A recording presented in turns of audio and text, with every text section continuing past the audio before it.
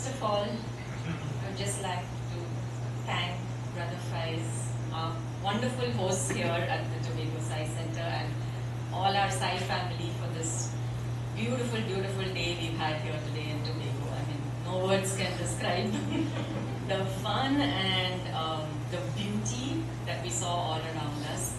So thank you. I know Sunder and I will never forget this time that we are having in Trinidad and our wonderful day here. I think it's going to be a really short visit for us.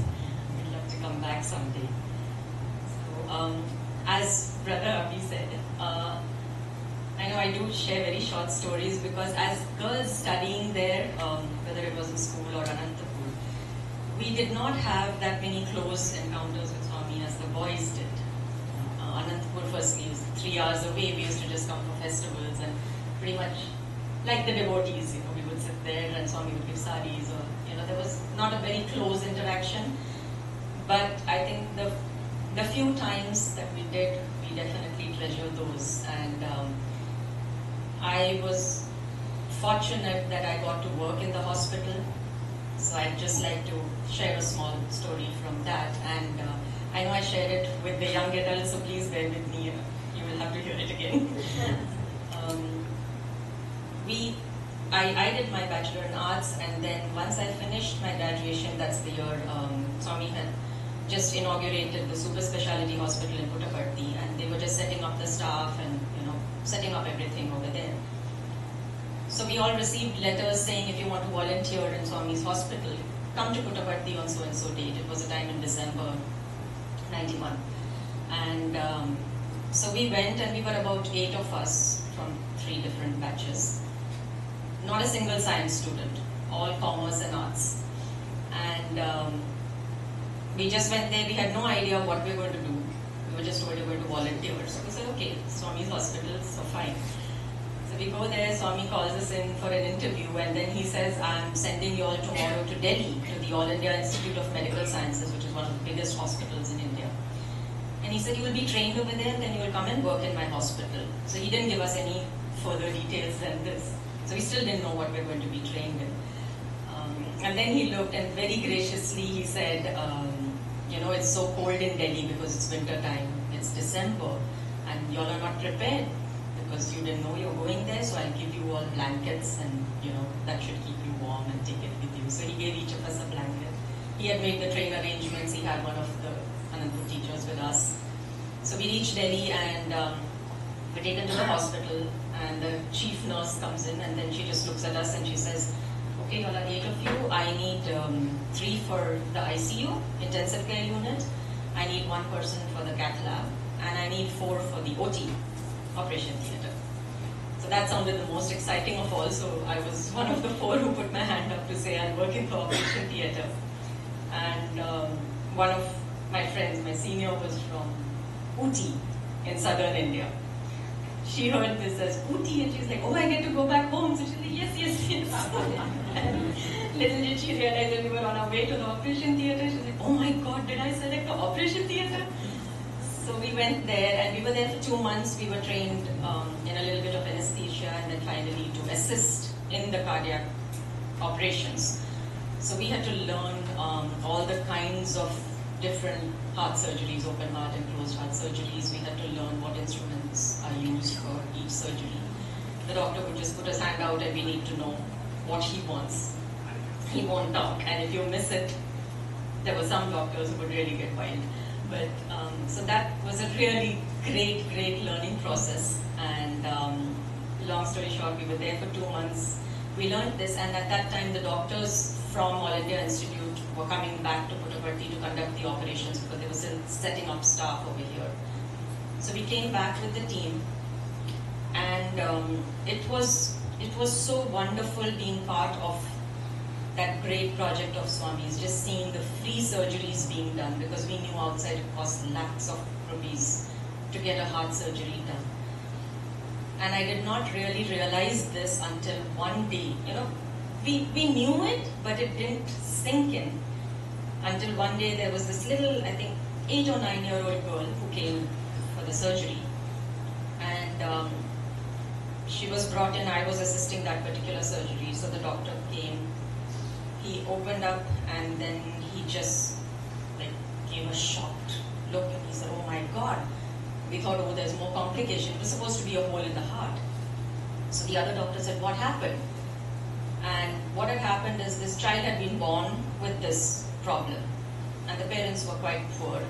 Eventually, I think a few years before, they had managed to get her into a big hospital in Hyderabad.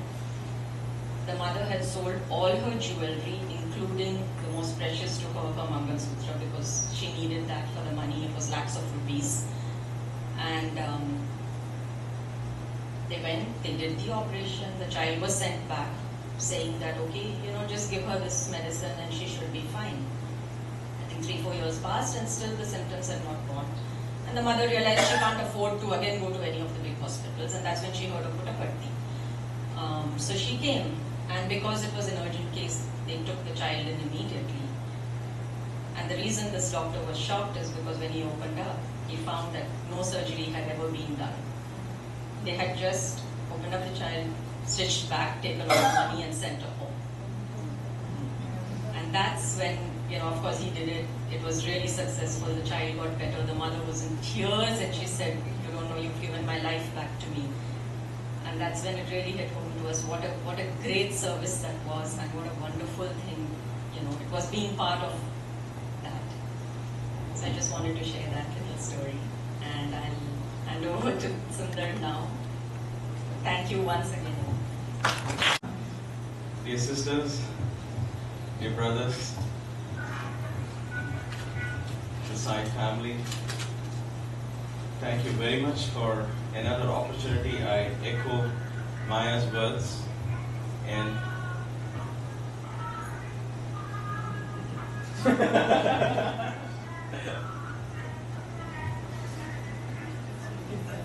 who's singing?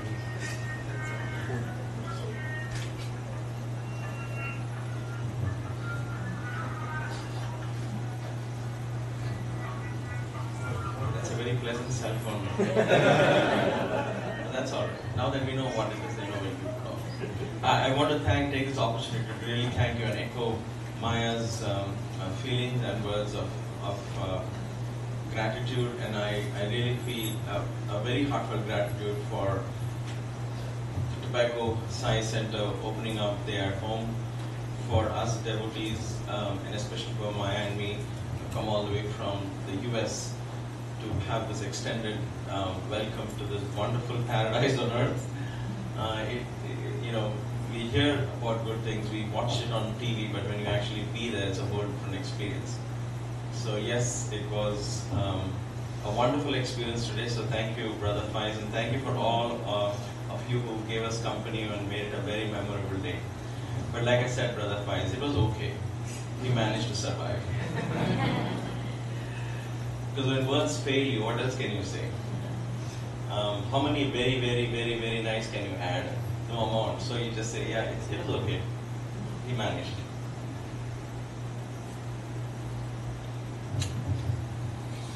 I want to share a couple of very beautiful incidents with Baba, and then proceed on and hopefully share some wonderful lessons that he always taught us. And I think if I don't pass on those lessons to you, then I would be failing in my duty as being an instrument of Bhagavan Baba, because those lessons are so universal. It wasn't just meant for one or two, but the way I learned it, it inspires me every day of my life today. So I want to share it, and I'm sure you will also be able to relate to some of those lessons.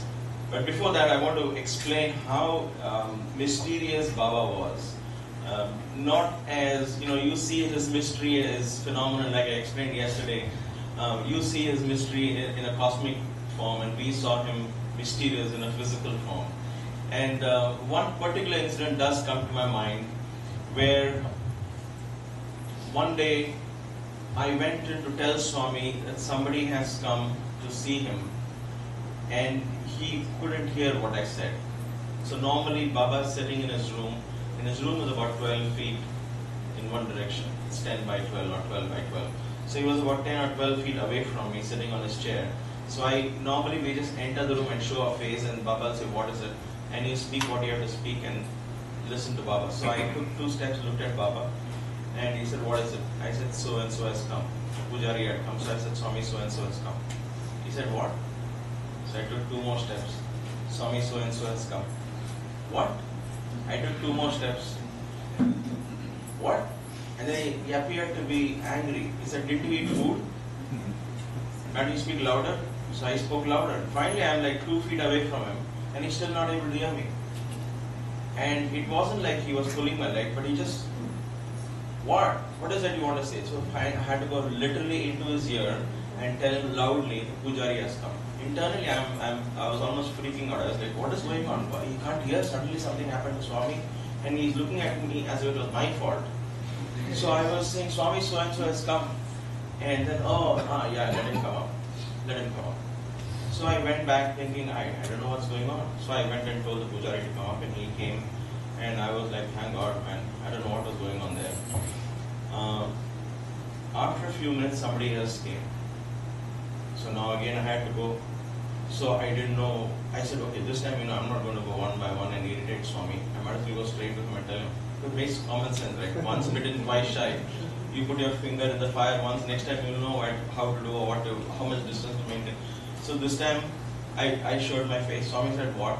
I started walking in. Hey! Again, that same stop sign. I told you about the stop sign earlier in another story. Undu. Undu means stop. Stop! I immediately stopped. After Nunchi Chappu. From there you tell me. I just froze. And because I'm scared and this stop and scared, just a whisper came out. Swami so and so has come. Tell him to come out. Now you can hear. When I'm whispering in fear, now you can hear. So I go back and send him up. And then I told these guys, hey, because I was new, I was eager to do all this myself. There were 3 other guys with me. And they'll be like, yeah, you do, no problem. We'll stay back. So I just wonder why, man, these guys are not excited. I mean, I get a chance to talk, so I was really excited. After this incident and a couple of other incidents, I went back and told them, you know what, next time you go. They said, yeah, now you learn, right? Now you know why we are not so eager to do it. Because you never know what to expect. You'll say, there'll be 4 boys standing, 2 boys on the steps or here and there. But he will say, hey, he will be alone in his room. Hey, hey means one of you guys. Hey. So, the other guys will go. I went last time. You don't know that A means what. I mean, give this letter to somebody or come and press my feet or whatever. But you never know what to expect. So everybody will be pushing the other person. I know it sounds ridiculous. Sometimes I wonder, my God, like Abhi says, given the chance, I would grab every moment. I don't care. But at that moment, you want to be, I got my share today, you go. I did it twice, I went, man, you go, no, I don't want to go. So you will actually refuse to go in his presence because you don't know what to expect. That was how mysterious he was. So I never could understand why. And so don't ask me to explain why he could hear once and why he couldn't hear once. And it wasn't like, he was doing a leela or there was a mischievous smile or nothing. He was just himself. So it was a matter of fact for him. So, nobody knew, and that's why I tell people that though we say we were close to Swami and this and that, none of us ever could tell anyone what he would do next. There wasn't anybody like a personal secretary to Swami where he would discuss the plans or everybody stood at a distance waiting to hear what he has to say. Everyone stood and spoke when he or she was spoken to. That's it. Nobody would offer their suggestions to Bhagwan. That was how he established it. The Guru tradition was really followed literally to the word. Everyone accepted him as his Guru. And they stood, waited for command. Whatever he would say, literally they would go out and do it. Literally they would go out and do it. There was another incident where Baba called us one night. It was about 8:45 at night. 9 o'clock normally he retires and goes to bed. He used to be very disciplined about the time. Okay, and so 8:45 he calls us, and he's very angry. His eyes are red with anger. He calls 2 of us up and tells both of you, go to so and so room. There's a lady there. Ask her to go immediately. Where to go, Swami? Out of the ashram. sent her out of the ashram. So we had never done that before. I've never done it any other time. This was the first time we ever did it, and probably the last time.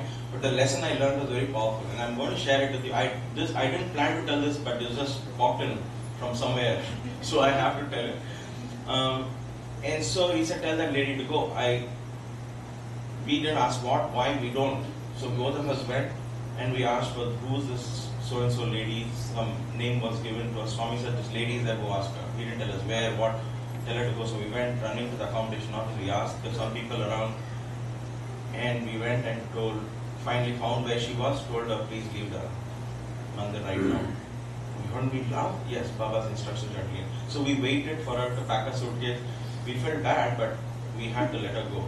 And we took her right to the gate and told the Sevadar, please, she has to leave now. So she left.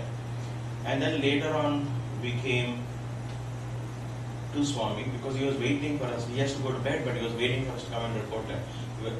We came up and we saw Swami walking up and down. We've never seen him so agitated. He was walking up and down briskly and waiting for us. And as soon as we came up, we said, what? What happened? Swami, we sent her. Yes. Am I a ghost? Am I a ghost? You think I'm a ghost? I am a guru. I am a god. Why can't you have direct connection with me? Am I a ghost? Do I get into people and speak to people? We didn't know why he was shouting at us, but we just stood and then he said, this lady is telling that Swami gets into her and speaks through her. Am I a ghost?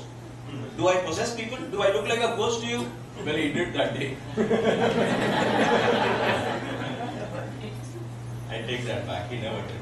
But at that moment, that fierceness from Swami's mouth, that anger that he had, why can't you have, and he is telling us, why, and through us I know he is talking to his devotees. He said, why can't you have direct connection with me? Why can't you have direct connection with me? Who are these people to tell like this? And he was so agitated, so annoyed. And he told, did you send her? Yes, sir. Manchi, good. And he went into his room, shut the door. So, I'm not sure why I shared this, but for me personally, I have a direct link with Swami. I do not chase people who say they have messages for Swami, for me from Swami. I said, please keep it with you. When it comes to me, it will come to me directly from Swami. And I think, especially being devotees,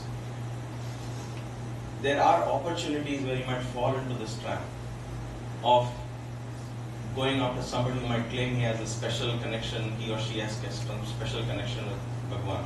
So use your heart, open your heart to Swami and have a direct connection with Swami. The third and the final short story that I wanted to tell is, I think Abhi reminded me of this a few years ago. I had forgotten about it completely, but it was very touching and a loving part of Swami. I told you 2 instances where he said, like this Rudram Shiva aspect. This is another very beautifully motherly love of Swami. Simple. See, on the one side he's like this. On the other side, he's extremely simple, sweet, intimate. So he comes for a drama, and I was a teacher in that drama, Cheppinatlu Chestara, Swami's own drama he had written. So he had his grandnephew acting, and brother Shrikant, I don't know, has he been to Trinidad? Yes, so he was the little boy who acted as Satya, as Swami. And because he sang well, that was his initiation into Swami's singing. And Swami picked him up and he sang beautifully in that drama. And I was the teacher, again, villain, in that teacher who punished Satya and who got stuck to the chair. So I was that teacher. I always got these funky roles. Anyway, the drama was about to begin, so we were all ready, and Swami came to the backstage to check us out, our costumes and all. He's always interested, he wants to know everything before and after the play. The backstage pass, how some people crave for the backstage pass. He always gets it. He loves the backstage. So he comes before and he's checking everybody's costumes and dresses. And since it's a boys' drama, the mother is a boy, the father is the boy, the teacher is the boy, the student is everybody's boy. So he wants to make sure everybody's dressed clear and nicely and they look good. He sees me and he says, "Hey, what is this? The teacher never wears dhoti like this. Come here." So I had worn it that kacha, the South Indian style where they go between the legs and all that. And whatever I knew, I managed. And the boys who chant Vedas and all that, I thought they were experts, so they taught me how to do it, and I tied it the way. He took one look and said, no, this is not good. And there was no time, the thing is going to begin, he's on his way for darshan. He said, no, come here. He called me. He, like the pleats of a sari or the dhoti also goes in. He pulled it out and then he took it back and then he folded it. See, like this clearly it should be. And he's bending down, cleaning, and then he's putting it. He put a bag on it. Now it's nice. Just to say, I don't know what it meant, but for him everything has to be perfect. Very sweetly, now you look good. So everything he sees was for him something getting materialized. His mission was being fulfilled through a drama. So for that, at that part, everything has to be perfect. This was the amazing clarity of vision that Bhagavan had. And he was very clear what is needed, what is not needed. And the reason why I shared the previous incident, I think now it comes to me, is because he said, this is who I am, this is how it should be, and I will not tolerate the other things. So the next quality that I want to share today, I know I shared discipline and I shared determination in the last 2 days. The third quality that I take home is Swami's incomprehensible and almost unimaginable power to discriminate. He would discriminate, and his clarity of discrimination is so clear. You will know exactly what the priorities are. You will know exactly how to answer the question. Because the moment somebody is asking a question, he'll know the answer. It's very clear for him. Very clear for him, right there. And there are humorous incidences too. So I was just sharing with Brother Faiz the humor part of it. My old uncle was sitting at our wedding, and he's 80 plus years. And Swami says, any questions? And some two people ask questions, and this old man, poor thing, he can hardly hear. And so he got up to Swami and said, Swami, I cannot hear. And Swami said, at this age, what do you want to hear? It is good for you. Good for you. Think of God's name, good for you. Everybody laughed like this. My uncle still didn't hear what Swami said. But he thought Swami said something nice, so he laughed. The clarity, that ability to discriminate what is important and what is not important. Right then and there he would advise. He wouldn't think. Not twice, I mean just like that. That comes from clarity. And I think when Swami initiated us, and I think he has done it for humanity. If you put on Swami's Gayatri and listen to it at any point, you get initiated. That is a power, that's his voice, that the energy of that voice, the energy of the mantra is being recorded for posterity, period. So it is not just because he said it 20 years ago that's more powerful and you're listening to a tape recorder is less powerful. That's all our imagination. The fact that you are going to put it on and listen to it is has the same power of initiation as it had 15, 20 years ago. That prayer is the prayer for ultimate power to discriminate what is needed, what is not needed, what is right, what is wrong. The power to evaluate our priorities in life. Dhiyo yona prachodaya. Illumine my intellect. When that illumination comes, you know exactly where the path lies and you will go. You won't be confused anymore. The confusion comes because the path is not clear. We are bound by our own judgments, and I'll come to that in a little bit. But that prayer, that Gayatri which Swami initiated, it for me reflects this power of the intellect. Dhi is buddhi. So once you understand the meaning of these words, Dhiyo yona prachodaya, Dhi, that buddhi, prachodaya, illumine.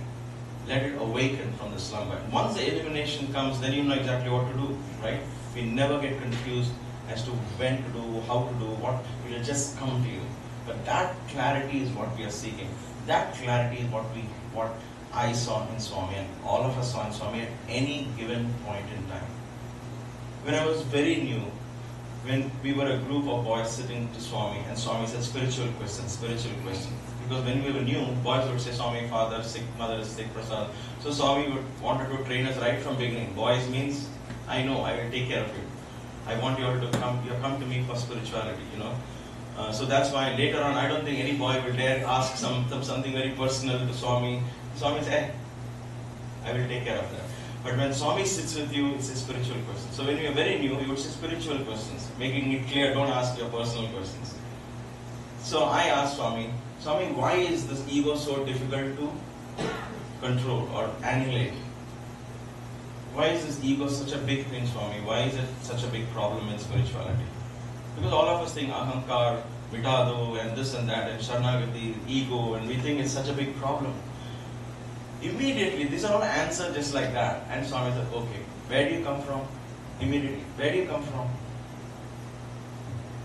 Swami, Bombay.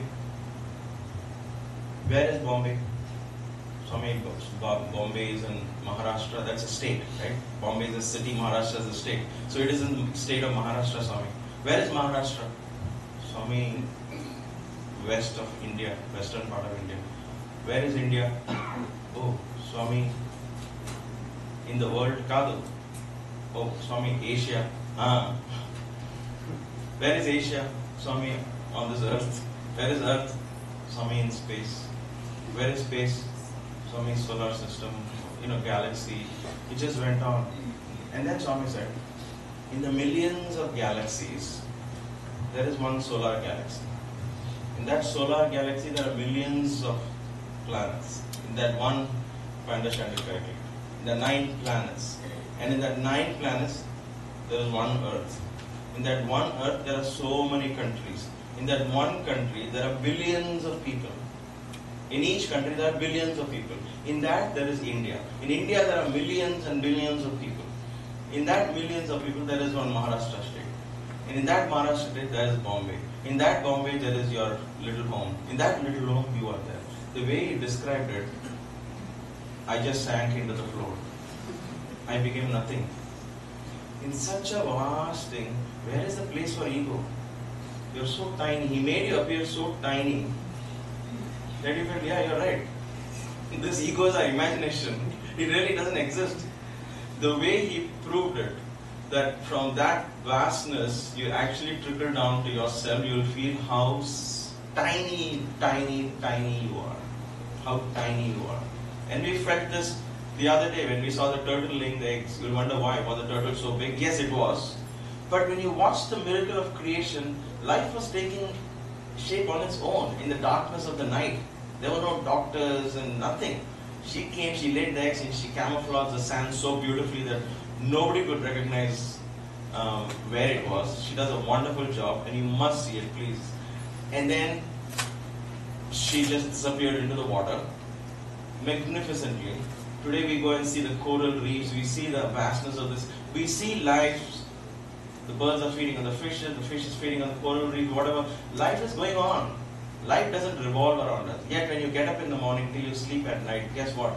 We think the world is revolving around our needs. And we are so focused on our wants, our desire, that we are full of ourselves.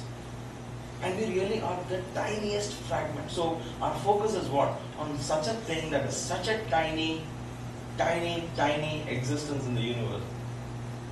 We are focused completely. That is because of the lack of that discrimination. That is why we pray in the Gayatri, Dhiyo Yuna Prachodaya, awaken me from this intellect. Why is my focus somewhere completely lost? Awaken me so I can realize, oh my gosh, I am nothing, forget it.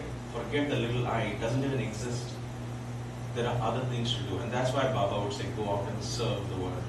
Just go out and serve. Don't worry about your little things. And the reason I bring that, it's very crucial for us to understand that because discrimination is evaluation. But discrimination is not judgment. Suppose I'm doing something and I think, oh my God, I'm doing this wrong, I've got these bad habits and I've got these good habits, okay, I'm doing this good, okay, fine. But I'm neither bad nor good. To think that, oh my gosh, I'm doing something bad, oh my God, I'm so sorry, Swami, I'm so sorry, I feel guilty and I'm mulling over the bad thing. Why? Because now I'm judging myself. Discrimination is not judgment. Judgment is bad. That's why we judge ourselves. We are ready to judge somebody else right away. Like that. At a drop of a hat, we judge somebody else. We judge ourselves. And the moment you judge yourself, you have sealed your fate. Right there, then and there. Baba would never, never like us saying sorry. Never. He would get visibly angry if there was a letter which said, Swami, I am sorry, please forgive me, I made this mistake. He said, what? Past is past.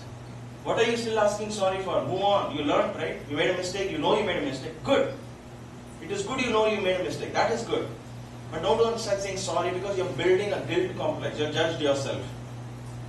You get my point? And because of that judging, you're limiting yourself from growth. You're living in the past. And if I say, oh my God, I made a mistake, I'm sorry, Swami, please, Swami, how will you forgive me? When you're carrying that guilt, you'll never know. You're waiting for that forgiveness which will never come because God doesn't see you as a sinner, first of all. He says, okay, you're done, you learned, move on. Move on. It is very important for us to understand that discrimination should not mean judgment. You discriminate what is good, what is bad, and take what is good and move on. And it's all of us slip in our lives, in our spiritual path. Whatever values we have set for ourselves to practice, we may not reach it all the time, or we may not reach it to the extent we would like to practice it. And that's okay, but don't judge. Know that I am not there yet.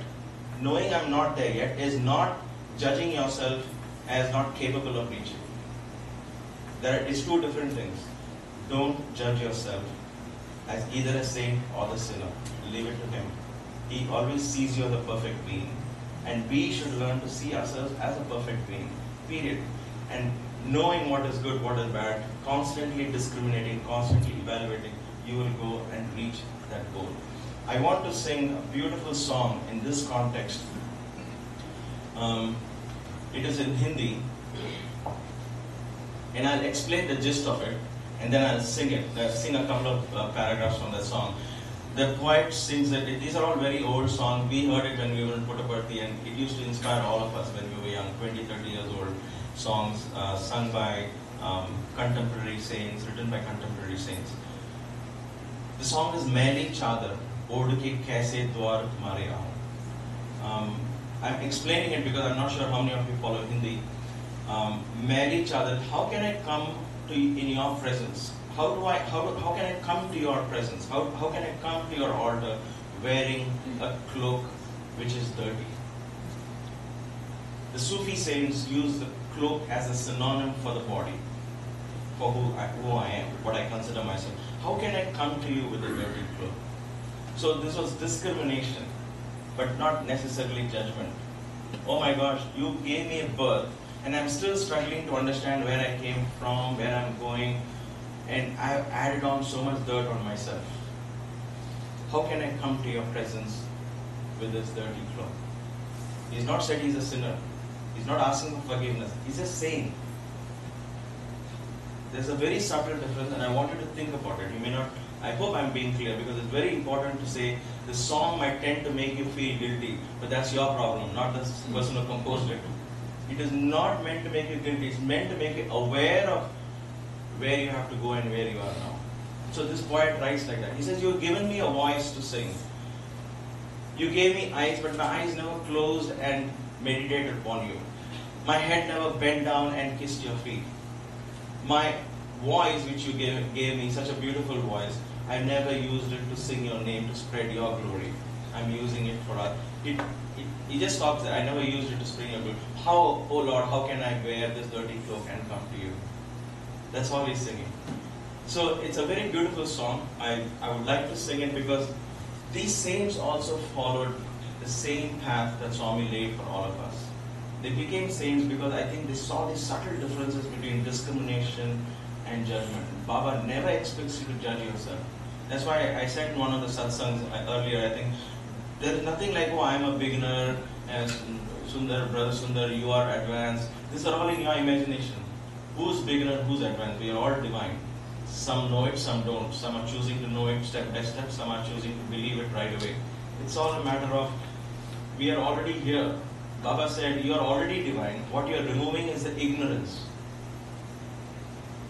The coal is already hot. The embers are hot, Baba would say, but it is covered with the dust. So you just have to, what do you have to blow? And you will see the live coals underneath. That's all he said. All you are doing is removing the ignorance which you have been clinging to, and you will see that you have been divine all the time. So becoming aware that there is dust is actually progress. Becoming aware that you have these faults is actually progress. It is not meant to judge yourself and say, oh my God, I've got this, how am I ever going to do it? My mind is fickle, I'm caught up in this, I'm caught up in all these habits and this and that, how am I ever going to progress? Hello? You know how many lifetimes it takes for somebody to become even aware of this? And you all were happy yesterday when we said it's going to take another 10,000 lifetimes for liberation. Everybody clapped yesterday. The point is, becoming aware itself is a fantastic thing. We become aware of our limitations, of our where we are, and then that will spur us to say, okay, let's take one thing at a time. Let me work at my pace. And God doesn't think logically. Spirituality comes with lateral thinking. I'll come to that with a nice story. Brother Faiz wants me to share the story. I shared it in this company and he loved it and everybody loved it. But before that, let me sing this song.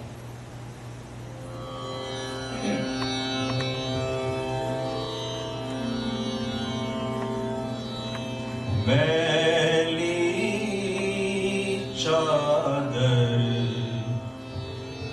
ओढ़ के कैसे, मैली चादर ओढ़ के कैसे द्वार तुम्हारे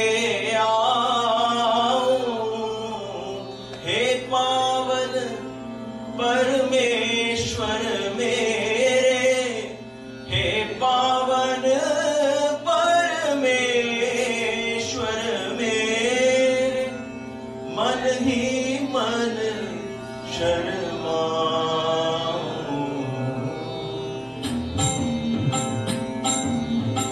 मैली चादर ओढ़ के कैसे, मैली चादर ओढ़ के कैसे द्वार तुम्हारे आऊं, हे पावन परमेश्वर मेरे, हे पावन परमेश्वर मेरे, मन ही मन शर्माऊं। मैली चादर ओढ़ के कैसे, तूने मुझको जग में भेजा, निर्मल देकर काया। तूने मुझको जग में भेजा, निर्मल देकर काया। आकर के संसार में मैंने इस पर दाग लगाया। जन्म जन्म की मैली चादर, जन्म जन्म की मैली चादर, कैसे दाग छुड़ाऊं। मैली चादर ओढ़ के कैसे, मैली चादर ओढ़ के कैसे, निर्मल वाणी पाकर तुझसे नाम न तेरा गाया। नयन मूंग कर हे परमेश्वर, कभी न तुझको ध्याया। मन वीणा की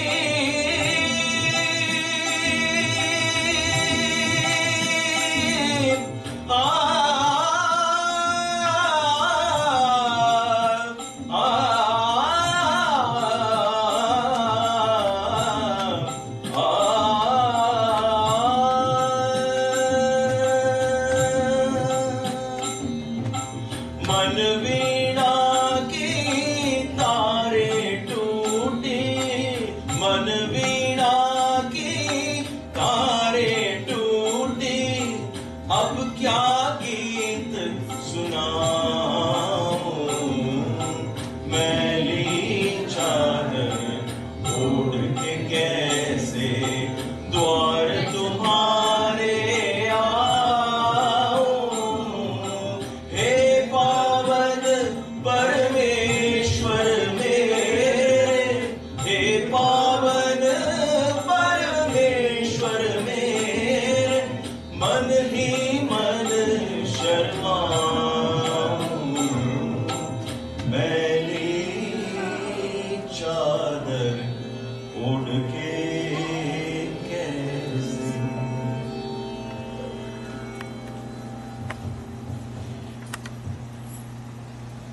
The story that I want, it's an analogy, it's kind of a riddle, if you will, which shows how we think logically. A logical mind thinks in a sequential way, and then we don't find a solution to a problem.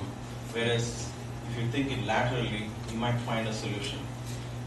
Number two, it also shows how we focus on the problem rather than looking for the solution, and therefore sometimes the solution doesn't seem to exist.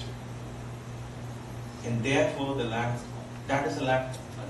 idea of discrimination, and therefore the lack of the ability to discriminate brings confusion, doubt, misery, and self-judgment, and self-loathing, and lack of self-esteem, and everything else follows. This is an old Chinese story. There is a villager who comes to, and it's also quoted in many of the Indian parables. There's an old villager that comes to, an old moneylender comes to a village, and he demands to see a villager and his daughter right away. So this moneylender comes and meets this villager, old man, young daughter, beautiful daughter, and he tells this villager, listen, I waited for you for the last 6 years to pay back my money, you haven't, I doubled your interest, now you better pay my money back right away. He has of course given him an enormous amount of interest, and this poor illiterate villager has been cheated, obviously. But this wicked moneylender wanted to make more of it. The best use of this, he knew the villager cannot pay. So he met them at the river bank, and there were pebbles down there where he was standing. And he said, I will tell you one thing. If you are not going to pay me the money, I am going to marry your daughter and take away with me.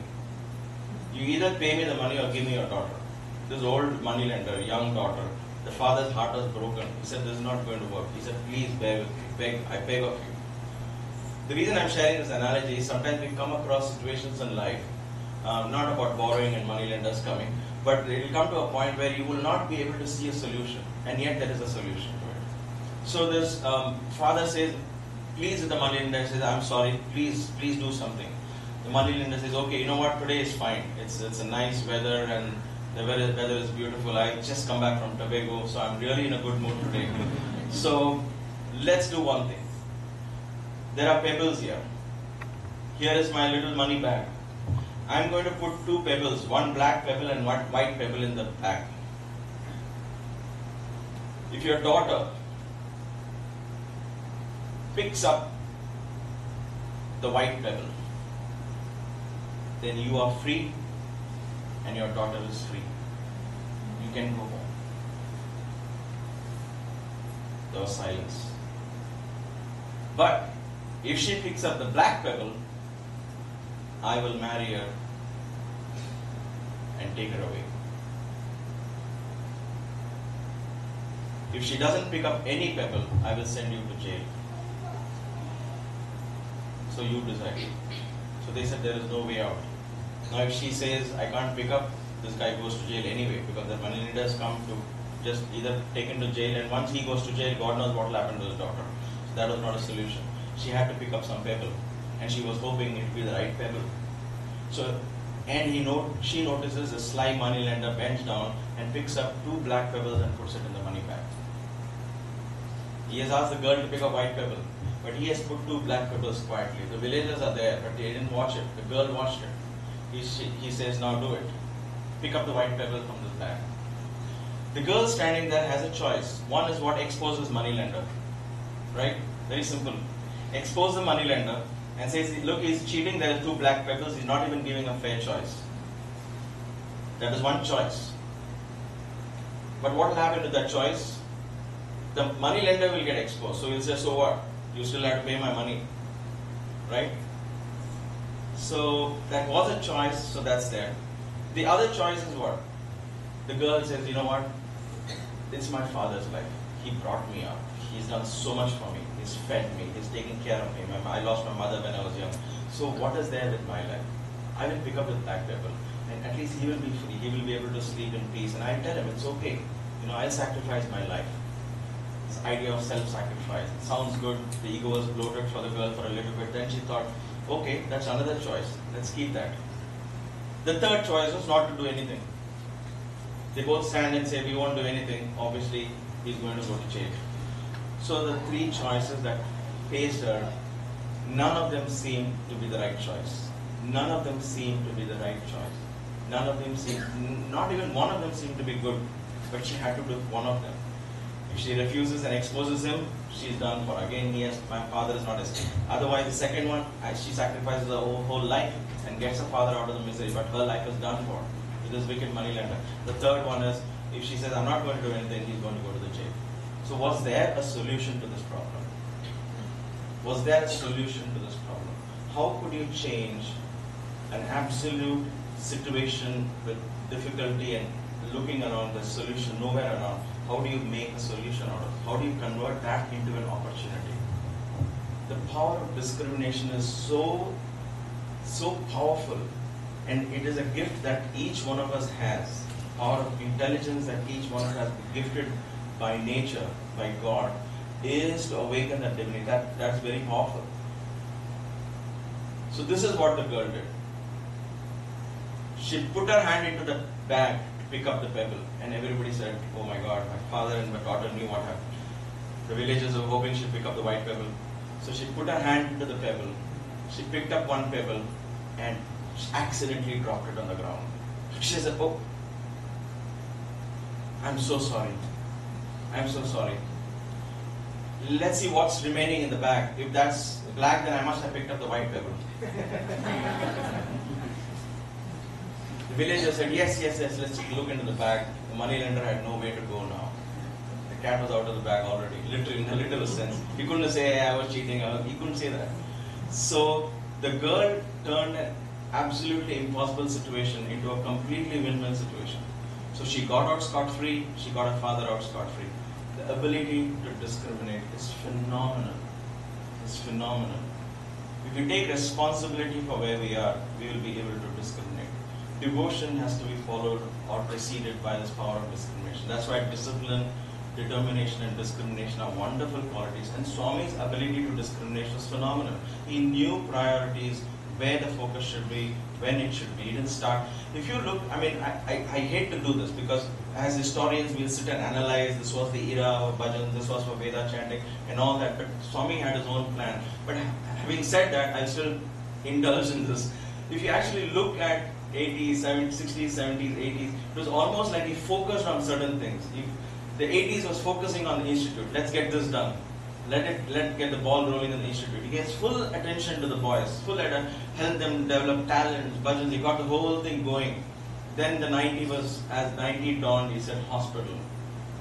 All this for the benefit of the world. But it was almost like, he had a set, somewhere in his cosmic scheme of things, he must have had this priority set up. They must, and Isaac Tigret, if you heard his talks, he said he waited for 7 years to give this money to Swami. 7 years. He kept saying, Swami, I have money, I want to give you. So he didn't even as much get an interview, I believe. Don't quote me on this, but that is my understanding. Swami didn't call him and didn't give him any encouragement. Though he had his money waiting and he wanted to give it to Baba for 7 to 8 years. Discrimination. This is my priority right now, I will wait. Then do this. That clarity of vision, this is where I want to go, but this is how I want to do. I'll take it, that's why I tell the youngsters, and we spoke, I had a great session with the young adults, said look at Swami as a human and then let's learn from there. It's fascinating how our life can become enriched just learning from that process. I had a debate in our college. We had so many debates and so many Kabhi civilians. Abhi, if you don't know Brother Abhi, now famously called the local Sai student, who he is an amazing poet, and he's composed poems in praise of Swami. He has actually sung and read his poems in front of Swami. So someday you must ask him to do a talk just on all his poem compositions, and some of the boys use that for singing songs and kavalis and all that. So he's amazing. So we had all these kind of different, everybody and anybody who had talent had a chance to offer it to Swami. That's how fascinating it was. So we had this debate, and I learned something in that debate so powerful that I want to share that with you. Again, the Swami's clarity of thinking was so profound here that it can only come from a divine source. It is inspiring and yet very clear in his thinking. The debate was on religion and spirituality. Is religion greater or spirituality greater or something like that?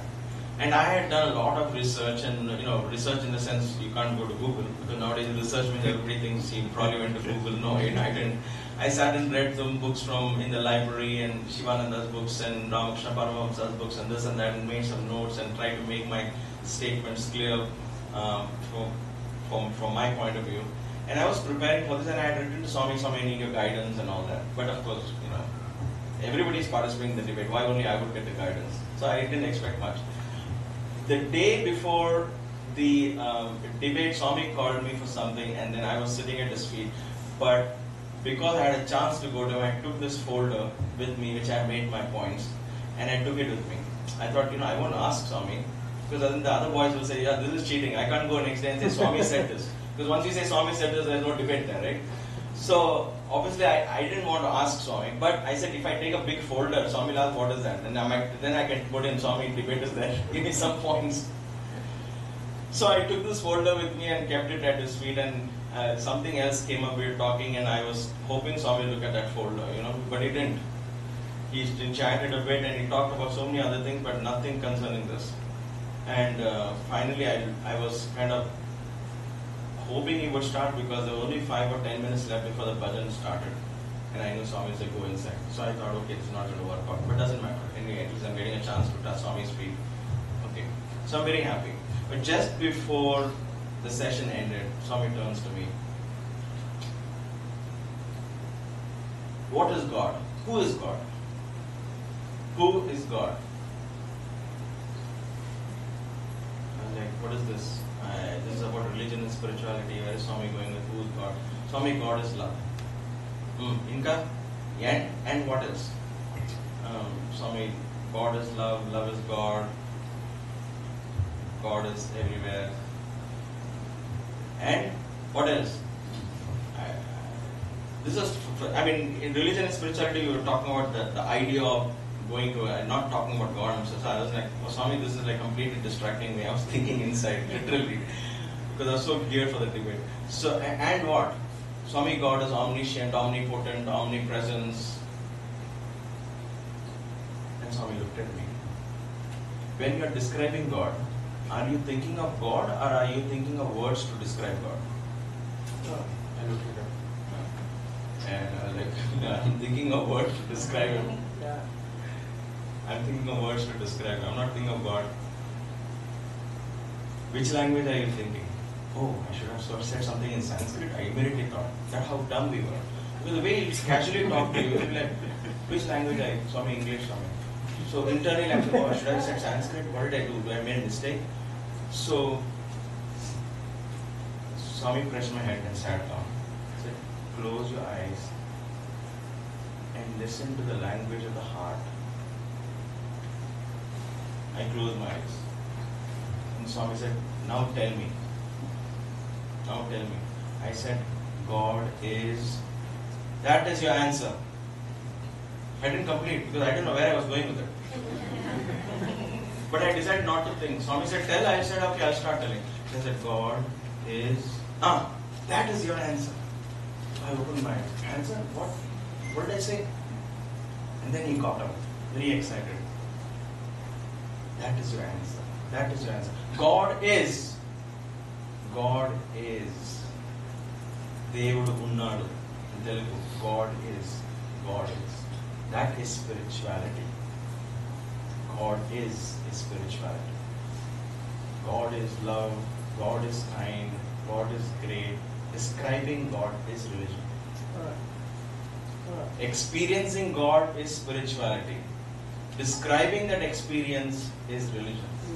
And as many experiences people have, they will describe in as many languages, and there will be as many institutions, as many religions, as many countries, as many pieces. But the truth is, God is ante. God is.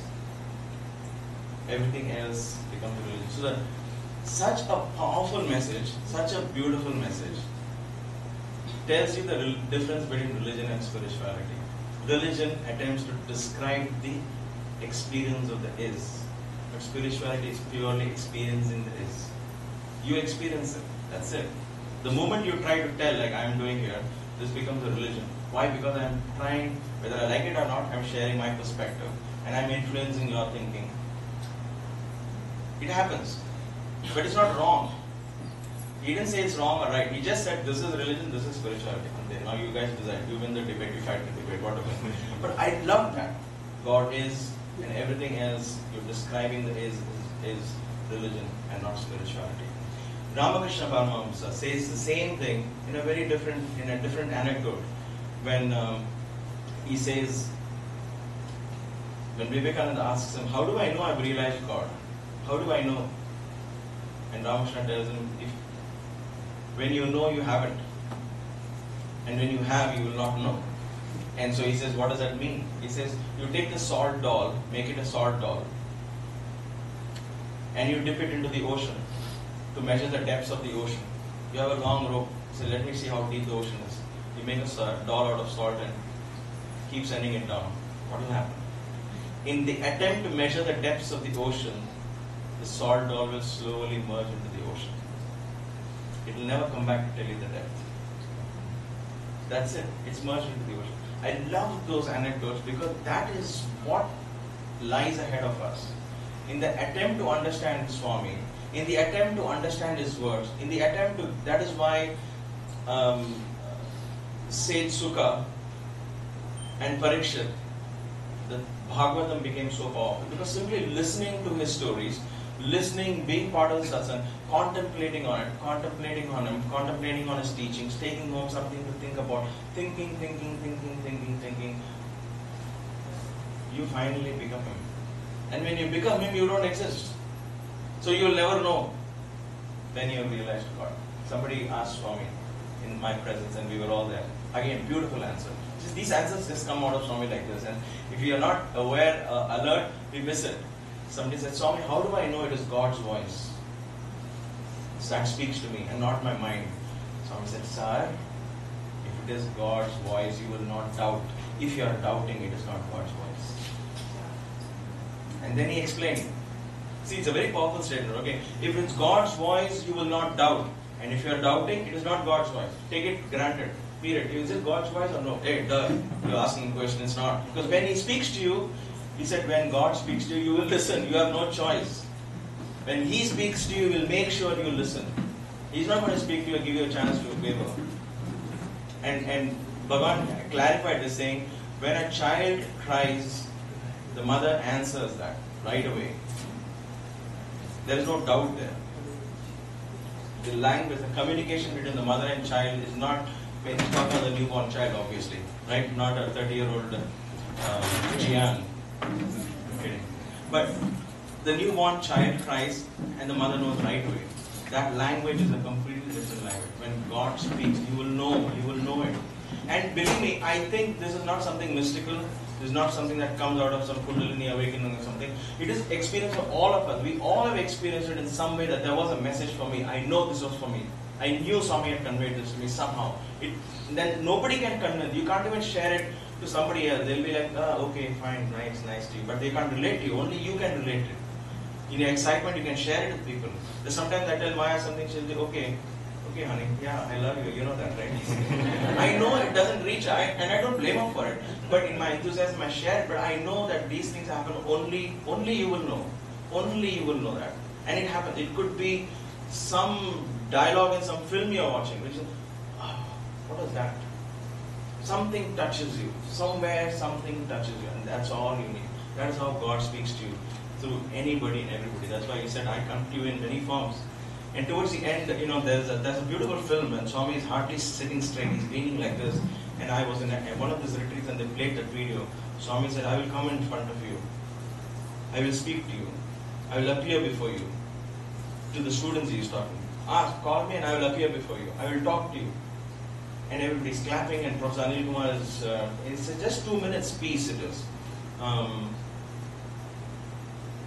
I first listened to it, I was like, wow.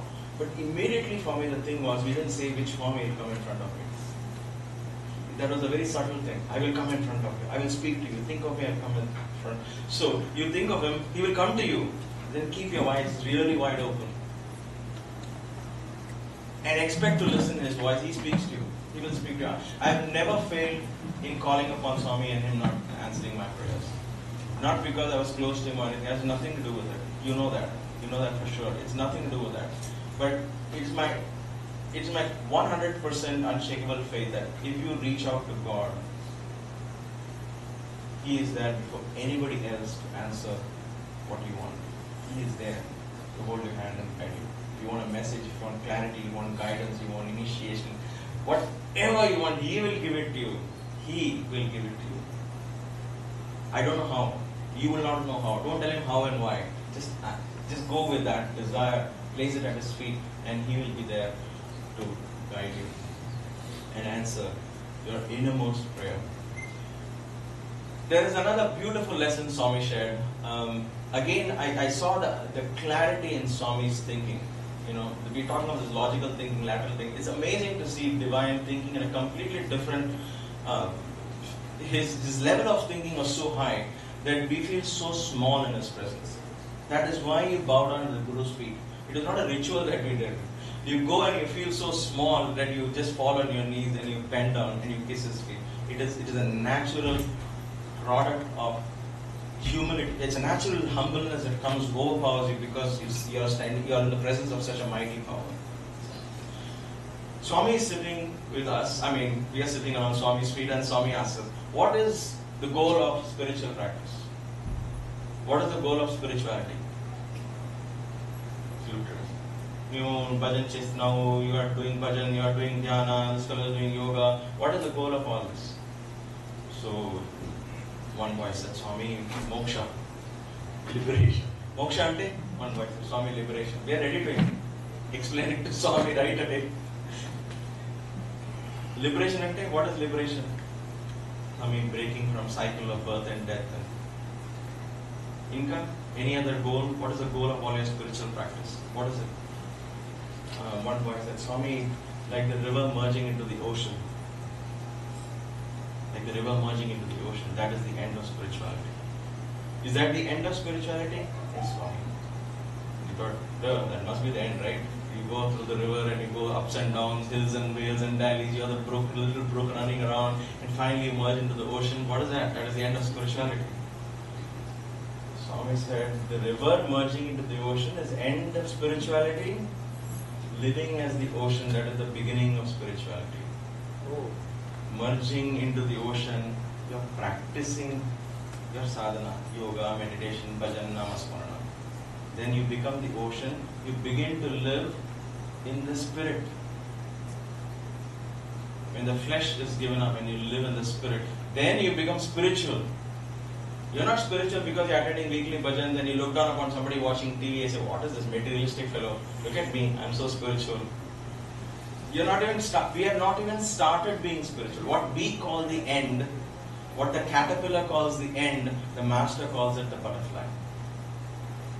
What the caterpillar calls the end, the master calls it the butterfly. He said, you're not even beginning. You start living like me, completely immersed in the oneness of creation, then you're beginning to live a spiritual life. Saw that clarity of thought, and where we are caught up in our own definitions and we go around and round in circles. That is why I think if we don't, we have to have the strength and the ability to discriminate, to ask ourselves the right questions and pray for guidance, and guidance comes. And we have to listen. This satsangh, this exchange of energy of Swami, lessons of Swami, messages of Swami is something you ask for, I ask for, and therefore it pours out of me. I learn from you as you talk to me, as Brother Fife talks to me, I learn so much.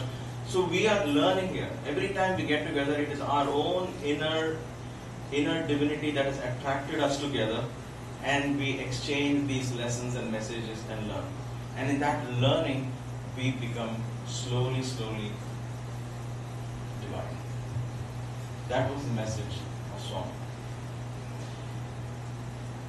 There is a very beautiful sloka in Bhaja Govindam that talks about this. And I want to share that with you today.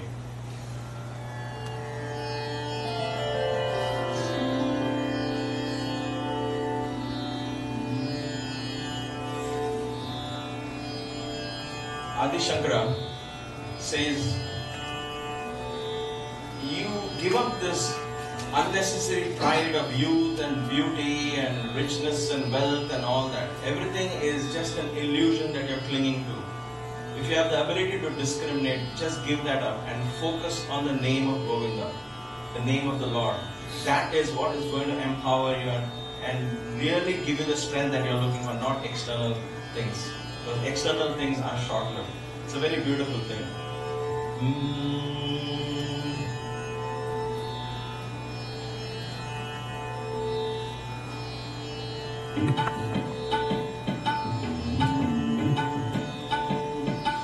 Bhaj Govindam, Bhaj Govindam, Govindam Bhaj Mudamate.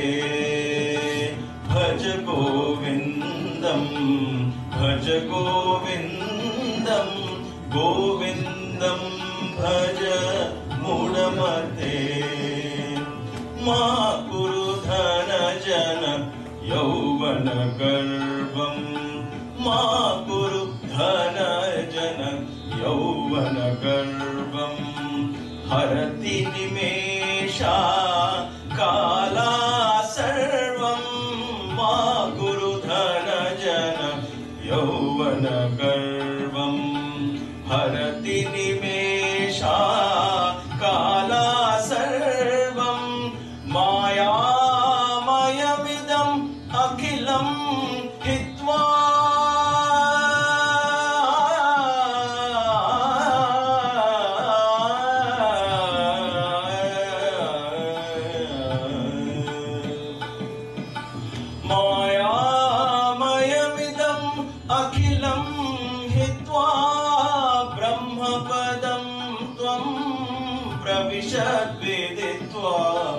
Brahmapadam tvam pravishad viditva.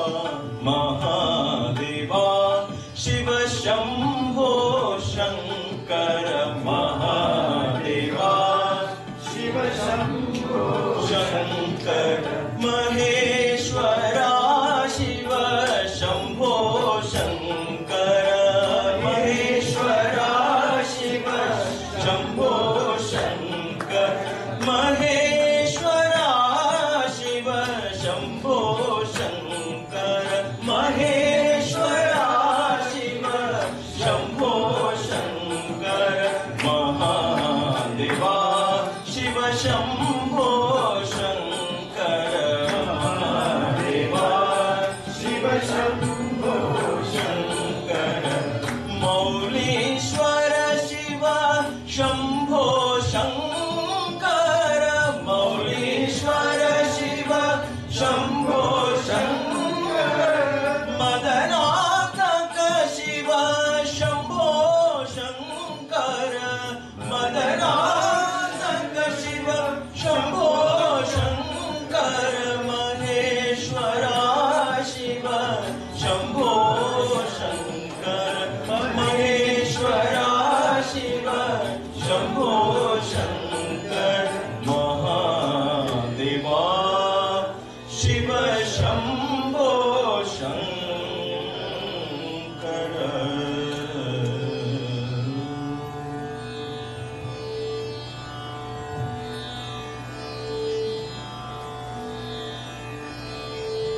My dear brothers and sisters, as I was singing this bhajan, I thought, since I started with the Gayatri, and since that is a prayer for ultimate illumination, I thought I'll end the satsang just 11 times. Let's chant the Gayatri together. And before we do that, I want to spend a few minutes to explain the meaning. I am the one who will not, I can't relate to chanting something without understanding the meaning. Though I would like to believe there is some mystical power hidden, my mind just doesn't accept it.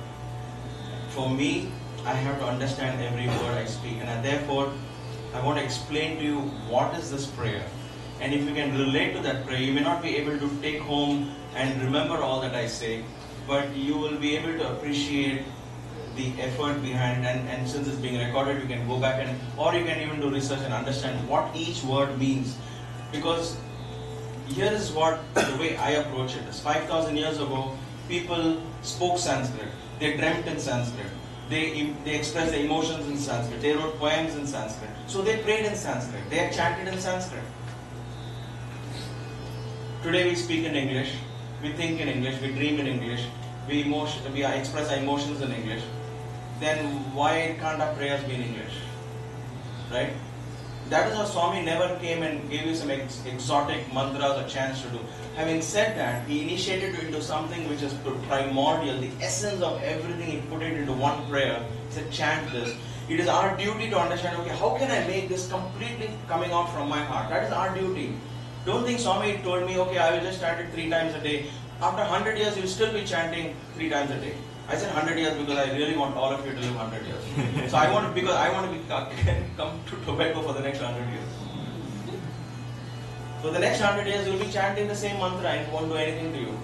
Trust me. But if you understand the meaning and you chant internally, you're awakening, because now you are able to express emotions. You understand the power of each word. You're like, oh my God, this is what it is. This is what you invoke, and therefore the mantra actually is a very powerful affirmation. It's a very powerful prayer. It has nothing to do with judgment at all. It has nothing to say, I am in darkness, please give me light. Nothing to do with it. It's not about you. It says completely focusing on the illumination in the divine power, and therefore, because, let me explain to you, you'll understand where we are going with this. Om Bhur, Bhuvaha Swaha. The 3 words, the 3 worlds. The world of awakened state, like we are the Jagrat state. We are Jagrat. Now we are all awakened. In awakened state. We know what we are listening, where we are looking, what we are doing. So this is our normal thinking state. There is another world. So we see a world around us, right? We saw the beautiful ocean. This is all in the Jagrat state. Then we go to sleep. There is another world that opens up. The dream world. The dream world opens up. That is another world.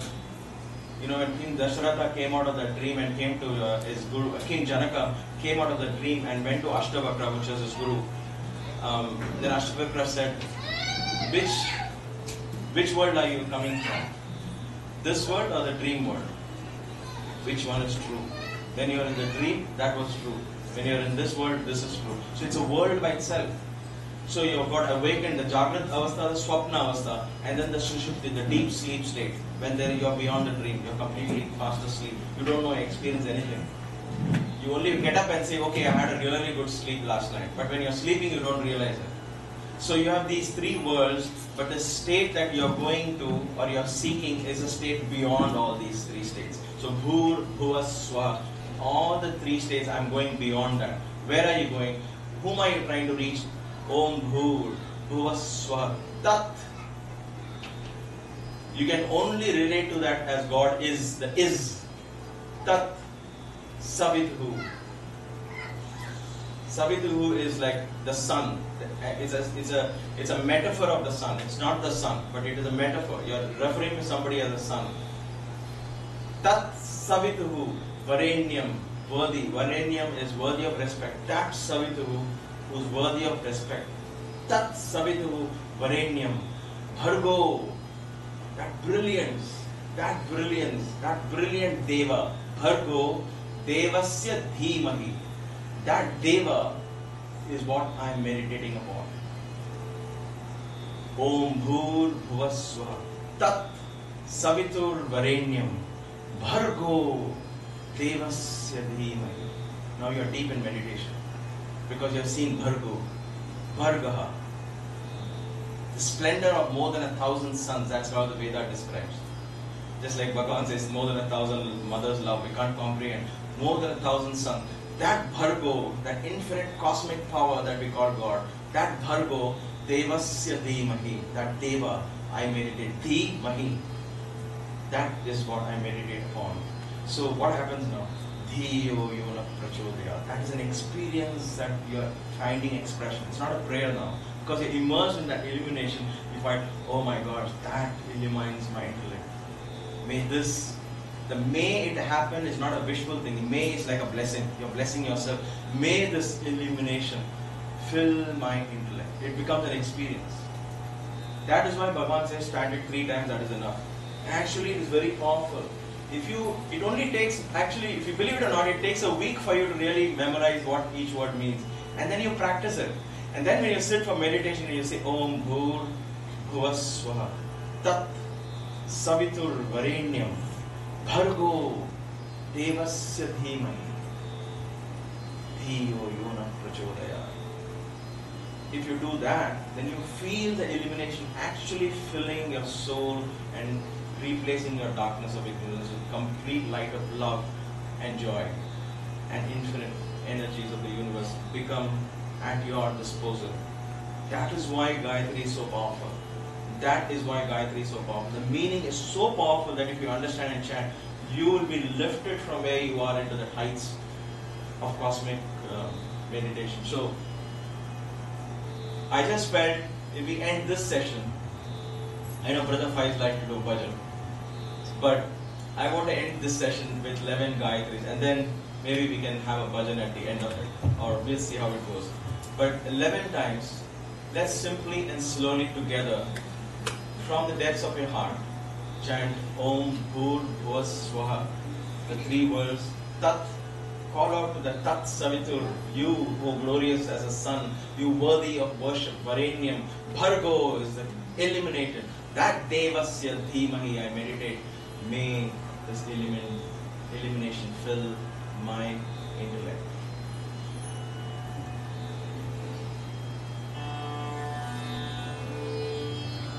Om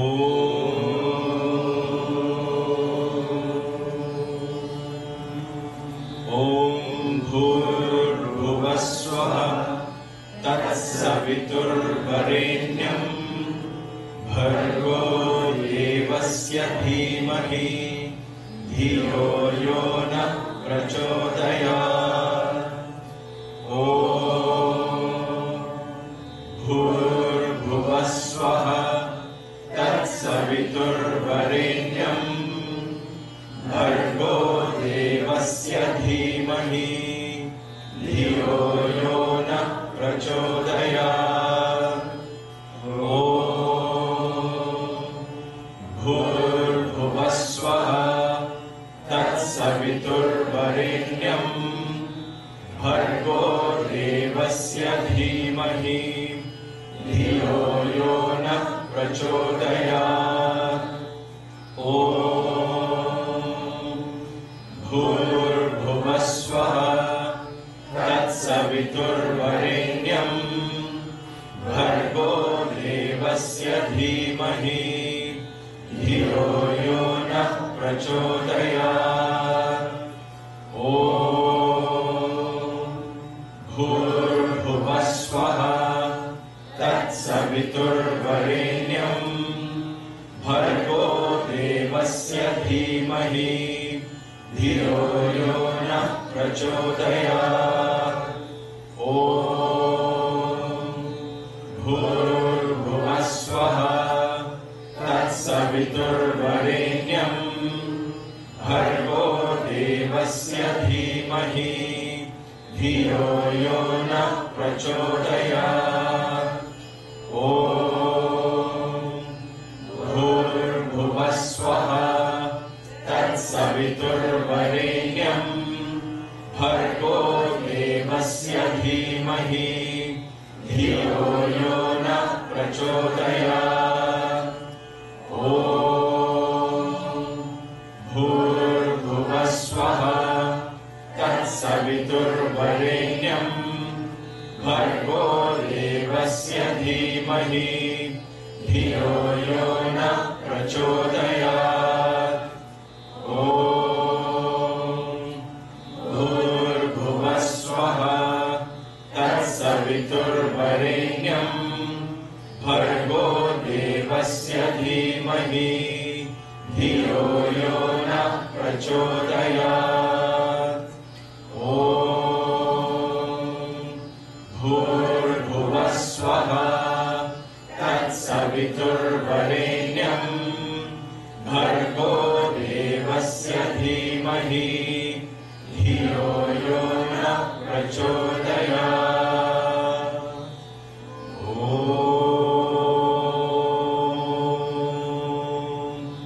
Shanti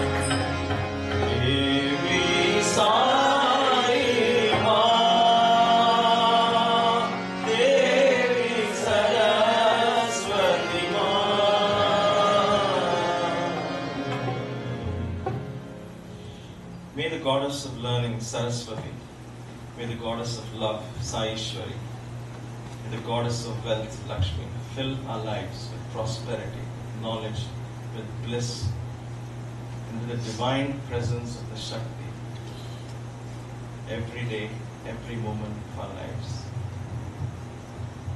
Tobago Sai Center, we love you all. Thank you so much for coming. Thank you for being part of this wonderful satsang. Thank Bhagwan for gracing us with His presence and His energy. I know we all felt His energy. May our prayers take us closer to Him every time we sit at His presence and pray. Thank you and Sai Alumni.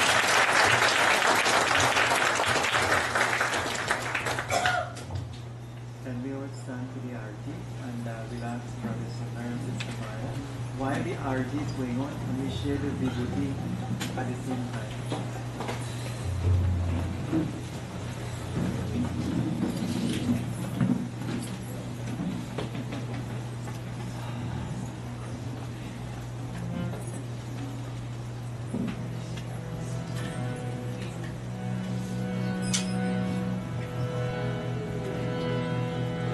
Jai Jagadish Hari Swami Satya Sai